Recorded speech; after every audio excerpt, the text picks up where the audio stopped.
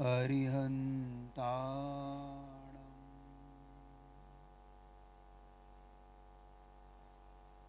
नमो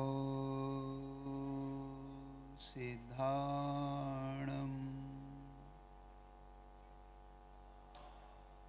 नमो आहिर्याणम्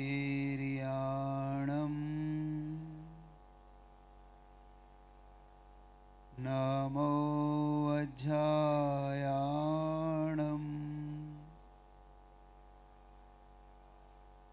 नमो लोये सवसाहुणम्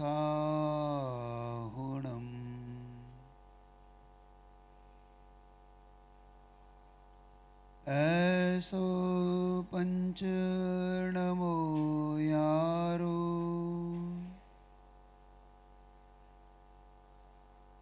सवपावपणाशनो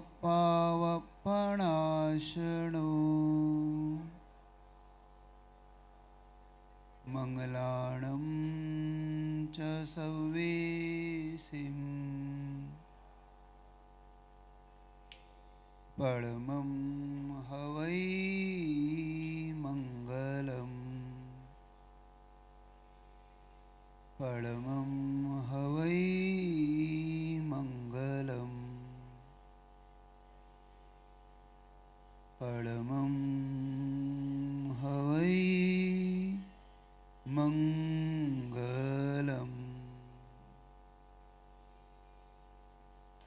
मोक्षमार्गस्य नेतारं भेत्तारं कर्मभूभृतां ज्ञातारं विश्वतत्त्वानां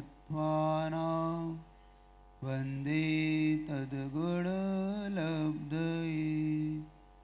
देवादिदेव अतिशयकारी चिंतामणि पार्श्वनाथ भगवान की, वर्तमान के वर्धमान गुरुवर विद्यासागर जी महाराज की जय।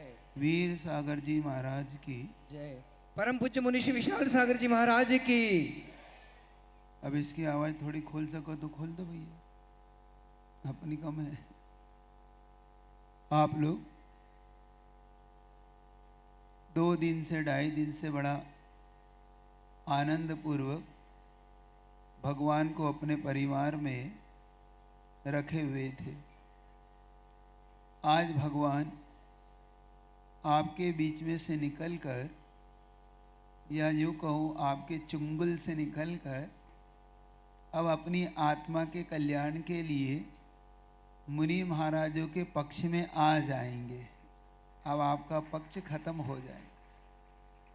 अब आपके 2.5 दिन बीत गए, आपने खूब आनंद ले लिया। अब आप पुरुषार्थ करिए कि आपको वैराग्य का वो दृश्य देखने को मिले, और वह भी एक ऐसे निमित्त से। आदिनाथ भगवान एक ऐसा निमित्त पाकर मोक्ष के मार्ग पर बढ़ना चाहते हैं, और वो भी कैसा निमित्त। अभी उत्कर्ष सागर जी महाराज कह रहे थे मैंने 84 साल में दीक्षा ली, तो मन में बात आ रही थी कि महाराज आप क्यों घबराते हो और आदिनाथ ने तो 83 लाख पूर्व में ली, तो आप दोनों चिंता मत करो, वो भी 83। हाँ, चक्रवर्ती ने तो अंत अंत में ले ली। तो कुल मिला के ऐसा जीवन में कभी भी यह क्षण एक निमित्त को पाकर आ सकता है। भगवान नेमिनाथ, जिनको हम मूल नायक भगवान में के रूप में विराजमान करने जा रहे हैं इस जिनालय के अंदर, उनका इतिहास देखते हैं तो उन्होंने एक ऐसे निमित्त से दीक्षा ली जिसका वर्णन आपके सामने थोड़ा सा कर रहा हूं, आप इसे समझना। जब कृष्ण के उस द्वारिका में एक ऐसी घटना घटी जिसको लेकर कृष्ण चिंतित हुए। घटना ऐसी घटी कि एक दिन नेमिनाथ भगवान उस सरोवर में स्नान कर रहे थे, वहां पर कृष्ण भी स्नान कर रहे थे। तो अचानक कृष्ण ने अपनी पत्नी को वह वस्त्र दिए, तो नेमिनाथ चूंकि उनके भाई थे और भाई होने के नाते उन्होंने भी अपने वस्त्र दे दिए कि इन्हें भी धो दो।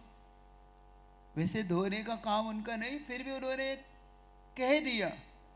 तो वो कहती है इतना ही है, और तुम जानते हो मैं किसकी पत्नी हूं? मैं नारायण की पत्नी हूं और तुम मुझसे वस्त्र धुलवाना चाहते हो।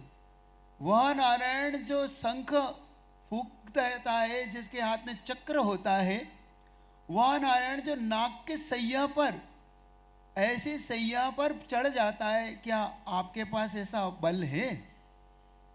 तो नेमिनाथ कहते हैं तुम्हें नारायण की पत्नी होने का अभिमान है, तो लो मैं अपना बल बताता हूं। और कहते हैं सीधा आयुशाला में नेमिनाथ पहुंचते हैं और अपने एक ही पग पे वह उस सैया पर बैठ जाते हैं।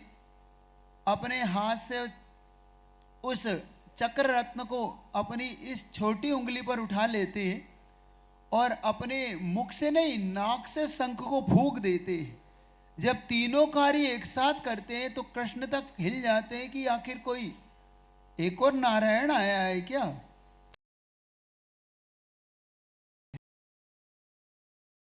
शांत करते हैं।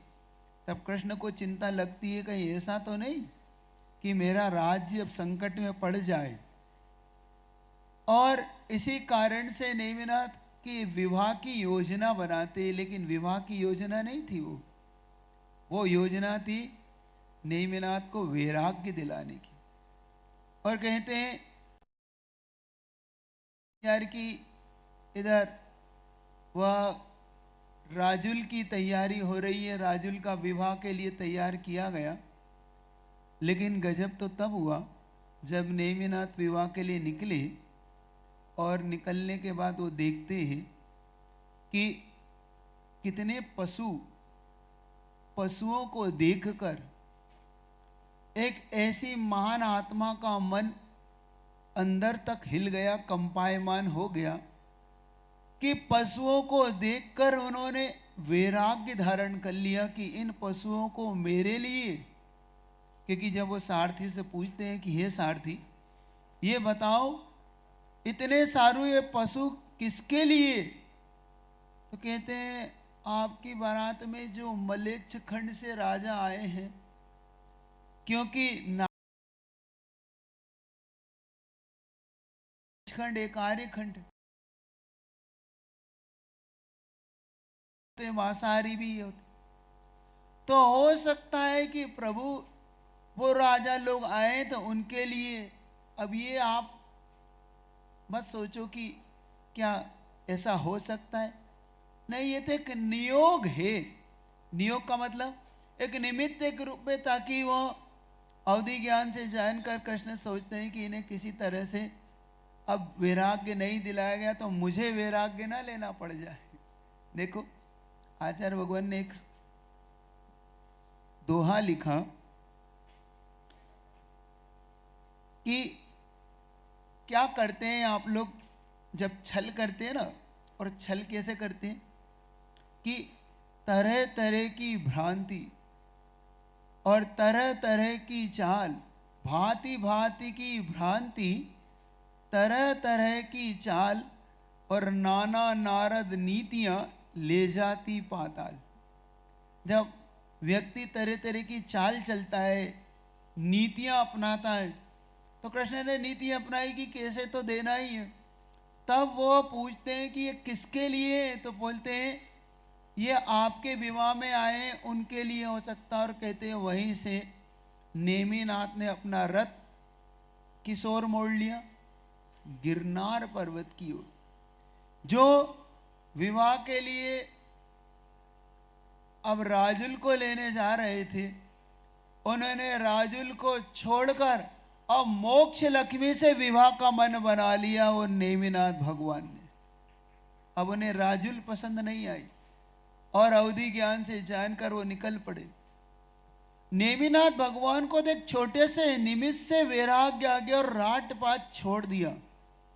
मैं आपसे एक बात पूछ सकता हूं, क्या आप जिन नेमिनाथ भगवान को अपना इष्ट बनाने जा रहे हो, उन्हें अपना मूलनायक भगवान बनाने जा रहे हो, उन नेमिनाथ भगवान ने जब राजपाट छोड़ दिया उन पशुओं की करुणा के लिए, दया के लिए, कि नहीं मेरे निमित्त से अगर ये पाप हो रहा है तो मुझे ये विवाह भी मंजूर नहीं है।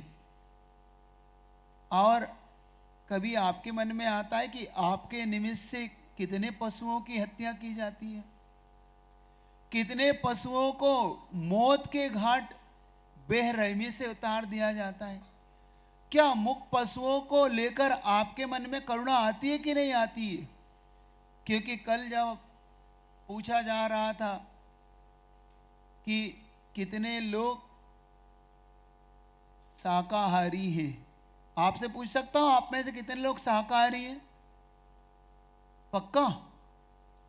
क्योंकि जब आपसे शाकाहारी पूछते हैं तो आप हाथ तो खड़े कर देते हैं, लेकिन जब बाद में आपसे पूछता हूं कि ये भी शाकाहारी है तो आप हाथ खड़े करके निगाह भी नीचे हो जाती है, मतलब आपकी अब गर्दन भी नीचे हो जाती है। तब कल्याण का दिन है, इसलिए पूछ रहा हूं आपसे कि जिन नेमिनाथ भगवान ने सब कुछ अपनी करुणा का, जिन महावीर स्वामी ने इस अहिंसा को लेकर अपना सब कुछ सर्वस्व न्यौछावर कर दिया, क्या हम उन्हें अपना इष्ट बनते हैं, उन्हें हमारा शासन नायक मानते हैं, जिन्हें हम अपना सब कुछ मानते हैं, इसे महावीर भगवान को मानने वाले और आप उनके अनुयायी, क्या आपके मन में करुणा और दया फूटती है कि नहीं फूटती? इसलिए पूछ रहा हूं, क्योंकि जिस करुणा और दया को अगर आपके मन में नहीं है तो आप विचार कर लेना कि कभी आप इनके अनुयायी नहीं हो सकते।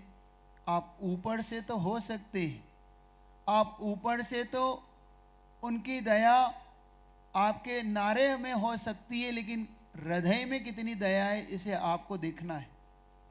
क्योंकि जब आज दृश्य आएगा तो एक तो नीलांजना का दृश्य आएगा जिसमें आपको वैराग्य दिखाया जाएगा, और दूसरे दृश्य में जब हम देखेंगे नेमिनाथ भगवान को, वैराग्य का वह दृश्य जिनके अंदर उन तिर्यंच को लेकर करुणा है। आप और आपके निमित्त से होने वाली इतनी सारी हिंसा, कभी आप इसके मन के लिए भी सोचा करो। और किस लिए होती है हिंसा? आपकी जिह्वा के लिए। आप जिन प्रोडक्टों को बंद पैकेटों में खाते हो, उन प्रोडक्टों के अंदर आपके प्रोडक्ट जो होते हैं, जो वस्तुएं खाद्य पदार्थ आपकी होती है, आप विचार करना क्या वो हिंसक है कि अहिंसक है? आपके जितना भी, क्योंकि अभी आपसे पूछा तो आप सबने शाकाहारी के होने का जो मुझे वचन दिया कि हम सब शाकाहारी हैं, क्या आप वास्तव में शाकाहारी हैं? क्या वास्तव में आपका अंडे का त्याग है? क्या वास्तव में आपका नॉनवेज का त्याग है? और प्रत्यक्ष रूप से है तो क्या अप्रत्यक्ष रूप से भी है? क्या अप्रत्यक्ष रूप से आप इसका सेवन नहीं करते? क्या आप अपने बच्चों को नहीं खिलाते? क्या आपकी करुणा, आपकी दया, आपका अहिंसा होना, क्या आपका इस अहिंसक समाज में जन्म लेना और चिंतनशील बनिए? क्योंकि आज जो आपके सामने बात रखने जा रहा हूँ, बड़े ध्यान से और गौर से सुनिएगा, क्योंकि आप जिन पदार्थों को उपयोग में लेते हैं, वो जैसे चाहे आपका बिस्किट हो, चाहे आपका ब्रेड हो, चाहे आपके, क्योंकि अभी आप पार्टियों में जाते हो और सबसे बड़ा दुख इस बात का होता है कि यही जैन समाज जो अहिंसक है, जब वो पार्टी करती है, जब उनके यहाँ पे शादी होती है, बर्थडे पार्टी होती है, वहीं पर सबसे ज़्यादा इन चीज़ों के स्टॉल होते कि नहीं? चाउमीन के स्टॉल नहीं है, मैगी के स्टॉल नहीं है, वहाँ पे अगर इस तरीके की चीज़ें नहीं है तो आप बर्गर, पिज्ज़ा, इसके अगर ये नहीं है स्टॉल आपके, तो शायद आपकी शादी ही नहीं होती। और बैकवर्ड शादी मानी जाती है आजकल तो ये कहा जाता है कि ये नहीं है, इसका मतलब कुछ नहीं है। आपसे इसीलिए कह रहा हूँ कि आप चिंतनशील बनिए थोड़ा सा। क्या आप अपने अहिंसा होने का जो दम भरते हैं, क्या आप वास्तव में अहिंसा है? क्योंकि इनमें होने वाला जो इस्तेमाल करने वाली सामग्री है, अजीनोमोटो जैसा आपका, जिसको आप अपना नमक बोलते हैं, जिसको आप खाने के लिए टेस्ट बनाने के लिए इसका उपयोग होता है, क्योंकि जितने भी आपके प्रोडक्ट है बार बार कहने पर, और ये नहीं, आपको कई बार ये प्रवचन आपको मुनियों के मुख से सुनने को मिलता है, और एक बार नहीं बार बार इसकी चर्चा होने पर भी अंतोगत्वा आपके मुख से जो शब्द निकलता है वो बड़ा कष्टकारक होता है। एक शब्द आपके मुख से निकलता है, फिर महाराज हम क्या करें, हम कब तक छोड़ दें, और महाराज का काम तो कहना है, ये कह के जो आप इतिश्री कर देते हो, तब बड़ा खेद होता है कि देखो ये लोग जिस बात के लिए अपने आप को जैनी कहते, इनका जैनत्व कहाँ चला गया? इनके बुजुर्गों का दिया हुआ संस्कार, आप क्या विवाह में अच्छा भोजन नहीं बना सकते? क्या शादी पार्टियों में आप इस तरीके की चीज को बनाने के लिए जैन समाज अब मजबूर है?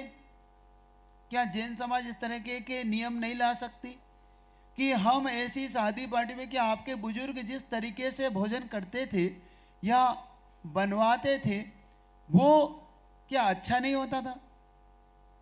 क्या आपके यहाँ पे स्टॉल में चाउमीन दिया जाता है यहाँ पे आपके भोजन में, तो क्या वो अच्छा नहीं लगता आपको? पूछ रहा हो आपसे, पढ़े लिखे लोग हो, आप अच्छे से समझ जाओगे। आप ये भी जानने का पुरुषार्थ करो कि आपके इस भोजन के लिए कितने मुख पशुओं का बलिदान दिया जाता है, कभी आपने देखा?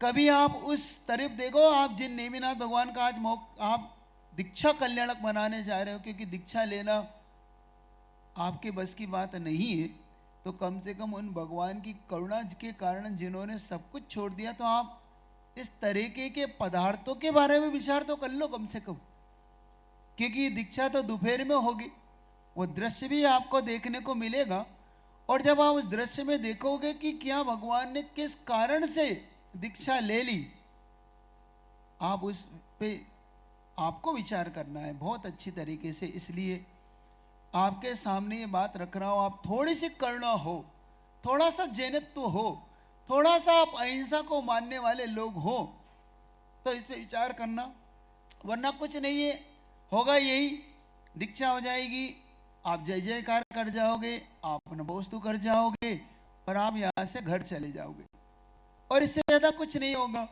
आप यही कहोगे बहुत अच्छा पंचगणक हुआ, बहुत अच्छा यहाँ पे कार्यक्रम था, कमेटी ने बहुत अच्छी भोजन की व्यवस्था की, कमेटी ने बहुत अच्छा पंडाल बनाया, बहुत अच्छा बैंड था, इससे क्या हमें इस पंचगणक का लाभ हो जाएगा? हमें पंचगणक भगवान के नहीं करना, एक बात याद रखना, ये पंचगणक हमारे कल्याण के लिए, भगवान के लिए नहीं है, एक बात समझ लो आप। भगवान तो निमित्त है इस पंचगणक के में, वो तो उन्हें पसंद ही नहीं था, और उन्होंने इसीलिए उस मोक्ष को प्राप्त कर लिया। लेकिन हमारे सामने जो प्रभु आ रहे हैं वो हमारी आस्था और श्रद्धा के भगवान बनने वाले, वास्तव में ये भगवान हम बनाने जा रहे हैं। और आप ये भी याद रखना कि आप हमें मूर्ति तो दे सकते हो, हमें पाषाण तो दे सकते हो, लेकिन मुनि या गुरु ही वो होते हैं जो आपको भगवान लौटा के देते हैं। आप पाषाण दे सकते हो, भगवान नहीं दे सकते। आपको देने वाला कोई होता है तो वो गुरु होता है। तो आज विचारशील बनना है आपको कि हमारा ये पंचगणक आज चौथे दिन में प्रवेश कर गया ना, आपका गर्भ हो गया, जन्म कल्याणक हो गया, आज चौथा दिन आपका तप कल्याण का। वास्तव में देखा जाए तो पुणे का 5वां दिन है आज वैसे देखा जाए तो, अगर ध्वजारोहण को गिन लिया जाए तो 5 दिन, और ये 5 दिन पता भी नहीं पड़े, आपको पता पड़े नहीं लगे ना, ये 5 दिन कैसे निकल गए? कल केवल ज्ञान, और परसों का तो सुबह सुबह भगवान यहां से मोक्ष चले जाएंगे आपके बीच से। अब आपके पास सिर्फ और सिर्फ गिने चुने घंटे बचे। कितने घंटे बचे? अगर आपको कहूं तो मुश्किल से 50 से 55 घंटे आपको और मिलेंगे इस पंडाल में इस प्रकार की आस्था और भक्ति को प्रकट करने के। तो अब ये जो गिने घंटे हैं अपने पास, इन घंटों में हमें कैसे इसको जीना है, यह सोचो। ये विचार करो कि प्रभु आज हमारे बीच से, आपके बीच से पराये हो जाएंगे। अब आप उन्हें अब ग्रस्त में नहीं रख पाओगे। भगवान अब आपके बीच से निकलकर स्वयं मुनि बन जाएंगे, और मुनि बनने के साथ साथ जिन प्रभु को अब गुरु भी दीक्षा देंगे, वही मुनि महाराज अब उन्हें नमोस्तु करने लग जाएंगे कि अब यही हमारे प्रभु हो चुके, यही हमारे तीर्थंकर हो चुके। देखो तीर्थंकर प्रकृति का कितना बड़ा स्वरूप प्रकट होगा कि जिनको स्वयं गुरु दीक्षा दे रहा होगा, दे रहे होंगे कि नहीं। कल गुरु उनको दीक्षित होते ही वही मुनि महाराज भी उन्हें नमोस्तु कर रहे होंगे। एक बात आपसे कहूं, आप लोगों ने जो कार्य करने जा रहे हो, आप जिन प्रतिमाओं को आपने स्थापित किया है, कितना बड़ा कार्य किया है, यह समझने का पुरुषार्थ करना। जिनने मूर्ति दान दिए ना, उन्होंने क्या कर लिया, आप इस बात का विचार करना। थोड़ी आवाज और खोल सको तो भाई इसको खोल दो यार, पूरा गला खींच रहा है तुम्हारा माइक से तो भाई जय जिनेंद्र हो गई अब।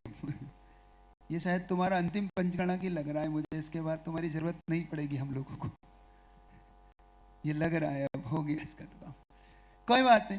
तो आप विचार करना कि आपने जो जिन बिंब दिए, उन्हें एक बहुत अच्छी चीज बता रहा हूं कि जिन्होंने ये हमें जिन बिंब दिए ना, उन्होंने क्या दिया है आप समझना। उन्हें हमें जो ये जिन बिंब यहाँ दे रहे हो, और जिन्हें लग रहा है कि हमने क्या किया, आज उन्हें मैं एक चीज बता रहा हूं, उनको गौरवान्वित होंगे कि उन्होंने कितना बड़ा काम किया है। मेरे मन में एक बात आती है कि भाई तुम लोग हम सबको मुनि महाराज मान के नमोस्तु करते हो कि नहीं करते हो? आचार्य सिंह नमोस्तु करते हो ना करते हो? तो आचार्य भगवान को नमोस्तु करते हो, सर्व साधुओं को नमोस्तु करते हो। कभी कभी मेरे मन में भी एक भाव आता है कि ये श्रावक लोग नमोस्तु करते, कभी एक ऐसा अवसर आए जब ये कोई ऐसा काम करे जिनको मैं नमोस्तु कर सकूं। सुन रहे हो? कभी कोई ऐसा अवसर आए कि मैं नमोस्तु कर सकूं, तब मैं एक बात मन में आई कि कोई कब कर सकता है? तुम्हें साधु कब नमोस्तु कर सकता है? जल्दी बताओ। तुम इस लोग योग्य हो ही नहीं कि साधु तुम्हें नमोस्तु करे। लेकिन तुमने एक ऐसी क्रिया कर दी कि साधु भी नमोस्तु करेगा। कब? जब भगवान को स्थापित करते हो, तुम्हारे दिए भगवान को साधु भी नमोस्तु करता है, आचार्य परमेश्वर को भी नमोस्तु करना पड़ता है। देखो तुमने कितनी बड़ा, मतलब तुम्हारे दिए हुए जिन बिंब के सामने तुम्हारा दिया हुआ वो जिन बिंब साधु को भी नमोस्तु करवा लेता है, और साधु करवा लेता, साधु बड़े उत्साह से नमोस्तु करता है। मतलब कितना बड़ा कार्य करते हो आप, समझ रहे हो? संसार में ये कार्य करने का अवसर तुम्हें मिलता है। तो आज जिन भगवान को आज यहाँ पर संस्कार मिलेंगे, जिन भगवान को यहाँ पर दीक्षा का वो अवसर आपको देखने को मिलेगा, तो आप चिंतन विज्ञानशील बनना कि जब यहाँ से उठो तो उस समय मन में एक भाव लेके उठना कि नहीं, प्रभु ने तो कुछ दीक्षा ली है, लेकिन मैं अपने जीवन में यहाँ से एक प्रण लेके जाऊंगा। क्या प्रण लेके जाऊंगा? कि भगवान, मैंने अपने जीवन में आज दीक्षा देखी है, तो ये प्रण लेके जाता हूं कि मरते मरते मैं भी दीक्षित होकर ही संसार से विदा होऊंगा। ये प्रण लेके जाना कि बस आचार्य भगवान का सूत्र रखना, जीते जी तू जी जा, मरते मरते मर जा, पर इस जीवन से कुछ कर जा। समझे? मरते मरते मर जा, पर मरने से पहले कुछ कर जा। कर्जा न कर जा, कर्जा न कर, कर्जा लेके मत जाना, इस संसार से कुछ करके जाना। तो जाने से पहले ये प्रण लेके जाना कि नहीं, मुझे इस संसार से आज कुछ करके जाना। और एक बात बताऊं, आज चतुर्दशी का दिन है, बहुत अच्छा दिन है, आज भगवान दीक्षित हो रहे हैं। तो ऐसे में आप मन बनाना कि मुझे भी कुछ बड़ा, एक अच्छा बढ़िया जीवन को कल्याण करने वाला नियम लेना है, क्योंकि बिना नियम लिए संसार से कोई पार नहीं उतरता। तीर्थंकर प्रकृति को लिया हुआ या जीव आखिर क्यों संसार को छोड़ रहा है, ये विचार करना। क्यों? जिनकी तीर्थंकर प्रकृति है, जिनकी मुक्ति निश्चित है, फिर भी उसे घर छोड़ना पड़ रहा है।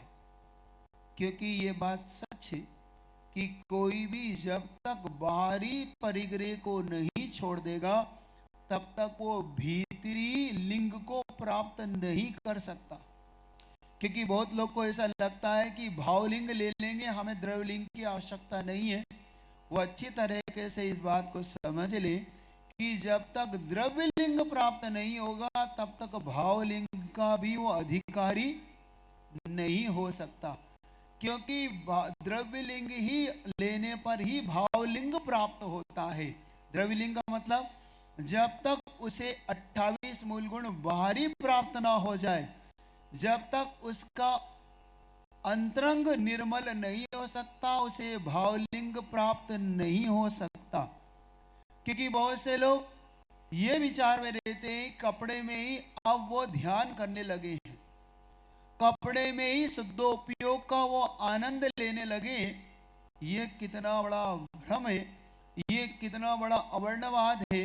जिन्हें लगता है कि हम कपड़ों में ही ध्यान में बैठ जाएंगे, हमें तो भावलिंग है, हमें द्रव्यलिंग की जरूरत नहीं है। एक बार दादा गुरु ज्ञान सागर जी महाराज के जीवन की घटना है। और समय गुरुजी साथ में थे उस समय, तो वो मुनि पद पे थे और दादा गुरु आचार्य पद पे थे। और अजमेर में वहाँ के निकट एक नगर में दोनों विराजमान थे। तो वहाँ पर एक निश्चयाभासी, जो निश्चय अपने आप को निश्चय वाले मानते थे, वो लोग वहाँ पर पहुँचे। और पहुँचने के बाद उन्होंने गुरुजी के, अब और नमस्ते तो उन्हें करना था ही नहीं, तो उन्होंने सीधा सीधा गुरुजी से संवाद शुरू कर दिया और कहने लगे कि बाहरी त्याग की हमें जरूरत नहीं है और हमें बाहरी इससे कोई फर्क नहीं पड़ता, हमें तो भीतरी, क्योंकि हमें ये जो कुछ है ये सब ऊपर ऊपर है। देखो उन्होंने क्या कहा, ये जो मेरे कपड़े हैं इनसे मेरा कोई अटैचमेंट नहीं, मेरा कोई लगाव नहीं है, तो सब ऊपर ऊपर है, तो सिर्फ धारण किए, वास्तव में तो मैं भीतर से मुनिवत ही हूं। तब दादा गुरु महाराज ने उनसे पूछा, इससे आपका कोई अटैचमेंट नहीं है? नहीं, मेरा कोई, इससे कोई मेरा कोई राग देश कोई नहीं। तो दादा गुरु ने एक बात कही कि एक बताओ, अगर ऐसा है तो दादा गुरु उनकी धोती की जो गांठ बनी थी ना, उस गांठ को एकदम से पकड़ के खींचने लगे। तो कहते ये क्या कर रहे हो? तो दादा गुरु के, जब इससे आपका अटैचमेंट नहीं, तो ये चाहे रहे चाहे नहीं रहे से क्या फर्क पड़ता है, ये रहे चाहिए नहीं रहे। और दादा गुरु ने प्रश्न किया, ये बताओ ये गांठ आपने लगाई है कि लग गई है? क्यों आपसे पूछ रहा हूं, आप लोग ये जो आप सोले के वस्त्र पहनते हो अभिषेक के लिए, तो पुरुष वर्ग ये बताओ, ये धोती की गांठ आप लगाते हो कि अपने आप लग जाती है? तो लगाते समय आपके मन में क्या भाव होता है? ये गांठ ये मेरी धोती है इसलिए लगा लेते हो कि मुझे बस पिन गई अपने आप ऊपर ऊपर?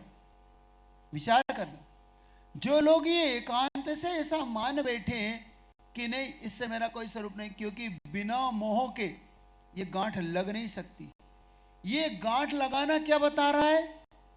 आपका अभी इससे मोह है, और जब तक स्वयं का मोह नहीं छूटता ये गांठ भी नहीं छूटते। एक बात ये याद रखो, ये दिगंबर बाना लेना कोई हंसी खेल नहीं है। ये दिगंबर बाना लेने के लिए वास्तव में पहले बाहरी परिग्रह का त्याग करना जरूरी होता है। बहुत बार आप पढ़ लेते हैं, समय सार पढ़ लेते हैं, कई बार आप बहुत पढ़ लेते हैं। एकांत से जो ये चीज पढ़ के आपके मन में जो भाव आता है, एक बार एक बहुत बड़े समय सार पढ़ने वाले। कितनी बार पढ़ने वाले? कहने लगे हमने 100 बार 108 बार समय सार पढ़ा। हमें तो बस आत्म तत्व। तो गुरुजी के पास एक बार पहुंचे तो उन्होंने कहा गुरुजी मैंने 108 बार समय सार को पढ़ा। तो आचार्य भगवान कहते पहले तो गुरुजी ने ध्यान नहीं दिया। अब जब ध्यान नहीं देते हैं तो व्यक्ति का मन होता है कि भाई फिर से बताया, शायद गुरुजी ने सुना नहीं। एक दो बार और बोला, तब तीसरी चौथी बार में आचार्य से ने उनकी ओर निगाह उठा के देखा ऊपर से नीचे तक, तो उनको लगा कि गुरुजी इतने आश्चर्य से क्यों देख रहे। तो गुरुजी ने कहा कि मुझे तो नहीं लगता समय सार आपने पढ़ा। तो कहा नहीं नहीं आचार्य से मैंने वास्तव में पढ़ा, आप बताएं कौन सी गाथा बोलना है, आप बताएं मैं कौन सी गाथा का अर्थ बताऊं।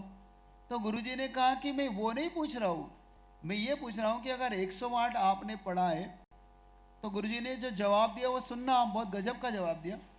आचार्य से ने कहा कि मैं इसलिए कह रहा हूं कि मैंने एक बार समय सार पढ़ा तो मेरी ये दशा हो गई, तुम 108 पढ़ने के बाद पर भी तुम्हारा कुछ बदलाव नहीं है। तुम दावा करते हो 108 बार पढ़ने का, तो तुमने अभी कुछ पढ़ा? शब्दों में समय सार नहीं है, हमारे गुरुजी चैतन्य समय सार है, वास्तव में भीतरी समय सार। वो शब्दों के समय सार को समय सार नहीं मानते। गुरुजी भीतर के अंतरंग के भेद विज्ञान को समय सार मानते। तो जो आज दृश्य देखने को मिलेगा इस संसार का वो चरम सीमा का दृश्य होगा। जो लोग इस दिगंबर मुद्रा को लेके उटपटांग चर्चाएं करते हैं, और ये आजकल बहुत होने लगा, बहुत ज्यादा ही सोशल मीडिया पे वायरल होने लगा। हर कोई जिसके स्वयं के कुछ अते पते नहीं होते वो भी अब इन दिगंबर मुद्रा पे बोलने का साहस करने लगा। देखो मैं उनसे भी कहना चाहता हूं, आप इस दिगंबर मुद्रा के प्रति जो लोग इतना साहस करते हैं और अक्षम्य अपराध करते हैं, क्योंकि इस दिगंबर मुद्रा के बारे में कहने से पहले 1000 बार नहीं लाख बार विचार करना, क्या आपके अंदर इतना साहस है कि इस वितराग मुद्रा को आप धारण कर सको? क्या आपकी इतनी क्षमता है? आप इस बात को पहले अंदर से चिंतन कर लेना। क्यों कह रहा हूं मैं एक बात, क्योंकि ये घटना कभी खुराई के अंदर एक घटी थी। खुराई के अंदर जब मुनि श्री का वहां पे पदार्पण हुआ, ये बहुत पुरानी घटना है, सन 85 84 85 के आसपास की घटना है। वहां पे जब मुनि महाराज पहुंचे तो एक व्यक्ति वहां पर इस बात को लेके कि दिगंबर साधु ऐसे लेते हो, हम मैं भी दिगंबर होके घूमूंगा। अब वो कपड़े उतारने का पुरुषार्थ करके वह नग्न घूमने का पुरुषार्थ करके, तो वहां पे लोगों ने समझाया कि इस तरीके की हरकत मत करो। अगर आपको साधु बनने का इतना शौक है तो पूरे व्यवस्थित बनो। तो कहते नहीं नहीं, ये दिगंबर साधु घूमते हैं, तुम्हें शर्म नहीं आती तो मुझे भी शर्म नहीं आती इस तरीके से। तो महाराज अब क्या करे भाई, या तो तुम साधु बनो या फिर साधु के योग्य आचरण करो, तो तुम साधु। लेकिन उसे बात समझ में नहीं आई और वह साधुओं का अपमान करने पर तुल गया। और इस तरीके से उसने, तो दिगंबर समाज ने वहाँ पे थोड़ा सा एक प्रयोग किया कि भाई वहाँ पे जाके पुलिस में कहा कि भाई इस तरीके से या तो इन्हें समझाओ। तो वहाँ पे एक टीआई थी, महिला टीआई, और महिला टीआई सीधे उसके पास पहुँचती कि भाई बात क्या है, समस्या क्या है तुम्हारी। तुम इस तरीके से आप साधुओं पे कमेंट्स करना और इस तरीके से आचरण करना आपको, तो कहते हैं आप उन साधुओं के लिए कुछ नहीं कहते। तो उस महिला टीआई ने कहा तुम मेरे साथ चलो, उनका बिठाया गाड़ी और सीधा पुलिस स्टेशन लेके गई। और कहना तुम्हें दिगंबर बनने का, तुम्हें नग्न घूमने का, तुम्हें अगर शौक है तो मैं तुम्हें बताती हूँ कि वो होता क्या है। अगर तुम्हें ऐसे दिगंबर साधु बनने का शौक है तो मैं तुम्हें बताती हूँ वो साधु करते क्या है। और ने कहा एक सुनो, इनके जरा बाल खींचना शुरू करो, क्योंकि वो साधु ऐसे नहीं बनते। पहले वो कैसलोच अपने हाथ से करते हैं, वो एक समय भोजन करते हैं, वो पैदल चलने का साहस रखते, वो सटरस भोजन के साथ त्याग का साहस रखते, वो अंतराय पालने का साहस रखते, वो ठंडी गर्मी को झेलने का साहस रखते, सिर्फ दिगंबर बनने का ध्यान नहीं रखते, वो ये सब करने का साहस रखते हैं। तब वो उनके अंदर इंद्रिय विजय का जो भाव है, वो इंद्रियों को जीतने का भाव रखते हैं, वो इसलिए वो दिगंबर साधु होते। और 4 बाल जब उसके निकाले ना, ये रियल घटना बता रहा हूं तुमको, जब 4 बाल उसके सिर से निकाले तो उसने अपना हाथ जोड़ के पुलिस के सामने कह दिया कि नहीं, मुझे अब दिगंबर साधु नहीं बनना, मुझे अब साधु बनने का कोई शौक नहीं। क्यों? क्योंकि मैं गलती कर रहा था। एक बात याद रखो, ये कोई साहस मुख से कहने का नहीं, शब्दों में कहने का नहीं। सिर्फ शब्दों से तुम कुछ कह तो सकते हो, लेकिन दिगंबर साधु का अपमान करने से तुम्हें कुछ प्राप्त नहीं हो सकता। इस बात का उन्हें ख्याल करना चाहिए, उन्हें इस बात को ध्यान रखना चाहिए। सिर्फ मंच मिल गया आपके पास, आपको माइक मिल गया, आपको कथा करने का अधिकार मिल गया और आप किसी के बारे में कुछ भी कह दो, ये अब नहीं होगा। और मैं आप दिगंबर समाज को भी, जैन समाज को भी इस चीज़ के लिए कहना चाहता हूँ कि आप लोगों को भी अब चेतना चाहिए, आप लोगों को भी अब जागना चाहिए। क्यों? क्योंकि अगर आपने ही अपने गुरुओं के लिए इस तरीके से आर विहार निहार में अगर आपने अपना ये योगदान नहीं दिया, आपने ही अगर इस चीज़ की उपेक्षा की और आपने इस बात को समझने का पुरुषार्थ नहीं किया, तो कहीं आपके ही साधुओं का आगमन विहार करना, आपको लाना और इनके दर्शन करना आपको दुर्लभ हो जाएंगे। एक बात याद रखना, क्योंकि ये चीज़ आपको बहुत अच्छे से समझना है। क्योंकि पूना में जब प्रवेश किया था, जब यहाँ से हम चले थे पैठन से जब पूना चले थे, तो पूना के सभी युवा वर्गों ने, एक बात के लिए मुझे बड़ा अच्छा लगा था उस समय, कि पूरा पूना का पूरा युवा वर्ग मुनि महाराज के बिहार में पूरा बिहार कराया था। पूना तक पूरी पूना समाज ने जिस तरीके से साधुओं का विहार, संघ का विहार करा के यहाँ पे प्रवेश कराया, तो मुझे बड़ा अच्छा लगा कि देखो यहाँ पे इतने, इसी प्रकार से आगे भी अब पूरे समाज को इस प्रकार से जागृत होके अब इस दिगंबर मुद्रा को अगर आगे भी आप देखना चाहते हो, तो अब आपको खुद को, पूरी समाज को जागृत होगा। आप जो ये पहुंच जाते हो सरकार के पास, कल भी जैसे आपके सामने आया था और आपने उन्हें ज्ञापन दे दिया, और ज्ञापन में आपने दिया कि हमारे मुनि महाराज की रक्षा के लिए आप पुलिस की आवश्यकता है। मैं आपसे पूछना चाहता हूँ, क्या हम आपके समाज के पास इतना खुद स्वयं सक्षम नहीं है? क्या आप उनका विहार कराने में आप सक्षम नहीं है? आप गलती आप करते हो। आप गलती क्या करते हो? आप एक समाज से दूसरे समाज तक विहार कराने का आप पुरुषार्थ क्यों नहीं करते? आप ये चीज का प्रण क्यों नहीं लेते कि मेरे नगर में अगर साधु आएंगे तो हम 20-25 युवा लोग उन साधुओं को वहां तक विहार करा के उस अगले नगर तक पहुंचाएंगे, तो आपको पुलिस की जरूरत ही कहां बचती है? आपको हाथ फैलाने की जरूरत ही कहां बचती है?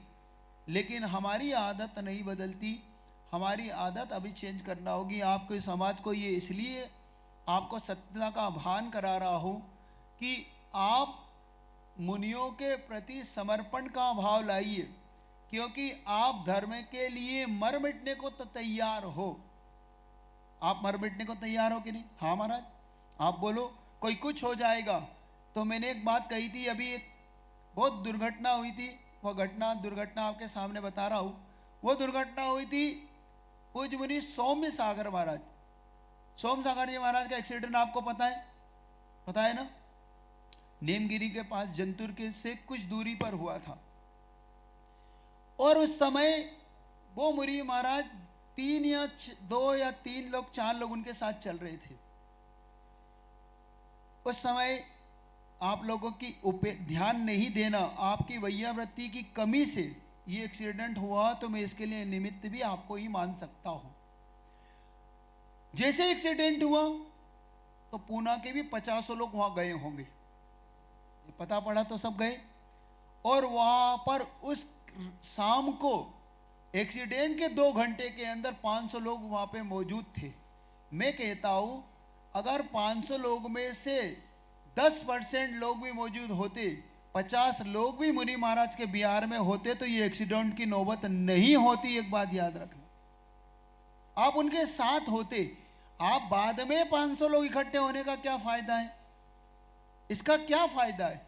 हम उस समय होते तो क्या हमारे उपेक्षा आपकी उनके संग के साथ आर विहार में नहीं होने के कारण क्या इतनी बड़ी घटनाएं नहीं होती। तो आज दीक्षा दिवस के दिन इस वीतराग मुद्रा के जो आप दर्शन करना चाहते हो, अगर भविष्य में भी इसे सुरक्षित रखना चाहते हो, तो आज दीक्षा कल्याणक दिन आप अपने आप से वादा करिए। मैं आपको कोई नियम नहीं देना चाहता और देने से कोई फायदा भी नहीं होता जब तक व्यक्ति स्वयं से इसे महसूस नहीं करता। आप स्वयं से महसूस करिए कि लोग इस पे कमेंट्स करते हैं, निकलने पर आने जाने पर कोई कुछ कह देता है तो बाद में आप हर तरीके से उनसे विवाद करने को तैयार हो जाता हो। इससे अच्छा तो ये होगा कि हम पहले से ही मुनि महाराज के साथ रहेंगे तो ना विवाद होगा, ना किसी प्रकार से किसी का साहस होगा, और बल्कि एक बात इससे अच्छी ये होगी कि जिन शासन की प्रभावना ज़्यादा होगी और गुरुओं भी अलग से अपने आप का गौरव महसूस आपको। तो आज इतना ही रखता हूँ। इस तप कल्याण के दिन दोपहर में इस तप कल्याण को आप देखेंगे। आपको जैसा यहाँ से निर्देश दिया गया है, एक चीज़ कह के कि कल जब आहारचर्या होगी तो मुनि महाराज की आहारचर्या में हर व्यक्ति ये भावना भाना कि हम उन तीर्थंकरों को, क्योंकि ये चर्या एक ही दिन होगी, इसके बाद कल चर्या नहीं होगी, क्योंकि तीर्थंकर कल जैसे ही आहार लेंगे और कल दोपहर में उन्हें केवल ज्ञान हो जाएगा, तो कल एक ही दिन होगा आपको। तो कल सभी लोग, जितने लोग यहाँ बैठे हैं, मेरा उनसे कहना है कि अपने घर से हथकरघा के धोती दुपट्टे, किसके धोती दुपट्टे, ये सामान्य धोती दुपट्टे नहीं जो मिलते हैं, हथकरघा के धोती दुपट्टे, चाहे वो महिला वर्ग हो चाहे पुरुष वर्ग हो, कल प्रातः काल में सभी लोग उन तीर्थंकर भगवान मुनि महाराज जब आहार पे निकलेंगे तो सभी लोग उन्हें आहार देना, बिना आहार दिए मत जाना। ये बात कह रहा हूँ, आपके भविष्य में ये बड़ा दुर्लभ अवसर है। इस पूना में जो अवसर मिला है, तो कल आप लोग उन्हें आहार देने का भाव रखना। जैसे कल आपने अभिषेक किया तीर्थंकर बालक का, मुझे बड़ी प्रसन्नता है कि कल कमेटी के भी विचार से भी कई गुना ज़्यादा, कमेटी ने सोचा था 400-500 लोग भी अभिषेक कर ले तो बहुत है, लेकिन कम से कम 1300-1400 लोगों ने भगवान का भव्य अभिषेक किया, उनका जन्म अभिषेक। ऐसे ही कल आप सबको लाइन लगा देना है कि कम से कम भैया जी परेशान हो जाए 2-4 घंटे तो, कि कितने लोग हार ध्यान दे रहे, सुनो कि नहीं। तो कल सभी जितने भी अपने अलग से 16 रखना, क्योंकि आपको बता दिया है, और जितने पीछे बैठे हैं, देखो तुम मुनि महाराज को आहार नहीं दे पाते कोई बात नहीं, कल इतना तो कर लेना कि कल उन तीर्थंकर मुनि महाराज को आहार दे लेना। भविष्य में ऐसा भी हो सकता है, मैंने एक बात कही थी कल, मजाक नहीं है, मैं आपको सिर्फ उत्साहित होने के लिए कह रहा हूँ, ये रियल कह रहा हूँ। जब आप उस तीर्थंकर मुनि महाराज को आहार दान देने का जब यहाँ पे उत्साह दोगे, तो मैं तुमसे एक बात कहता हूँ, बहुत जल्दी तुम्हें इस वर्तमान के तीर्थंकर आचार्य भगवान को भी आहार देने का फल प्राप्त हो सकता है, अवसर प्राप्त हो सकता है। और ये अवसर और कहीं नहीं, अगर आपने तीव्र भावना से किया तो बहुत जल्दी इस पूना में भी हो सकता है, तो कोई बड़ा आश्चर्य की घटना नहीं है। तो पुरुषार्थ करना। कल कोई भी जितने पीछे बैठे हैं, बिना सोले के कपड़े लिए मत आना। यहाँ से जाओ तो हथकरघा के कपड़े ले लेना, उन्हें शुद्धि में सुखा लेना। कल प्रातः काल यहाँ पर जब होगा तो देखने वाला दृश्य होगा। बहुत समय हो रहा है, इतना ही रखता हूँ कि दीक्षा कल्याण आप दोपहर में बड़े आनंद से देखेंगे, इसी भावना से कि आपका भी जीवन संयमित बने। कोई एक नियम लेके जाना, दीक्षा के साथ साथ दीक्षा की पालकी को हाथ लगाना, तो इस नियम के साथ लगाना कि हाँ भगवान मैं भी अंत में कुछ नियम लूँगा, इस जीवन से जाऊँगा। बस इतना ही रखता हूँ। बोलिए आचार्य भगवान गुरुदेव विद्यासागर जी महाराज की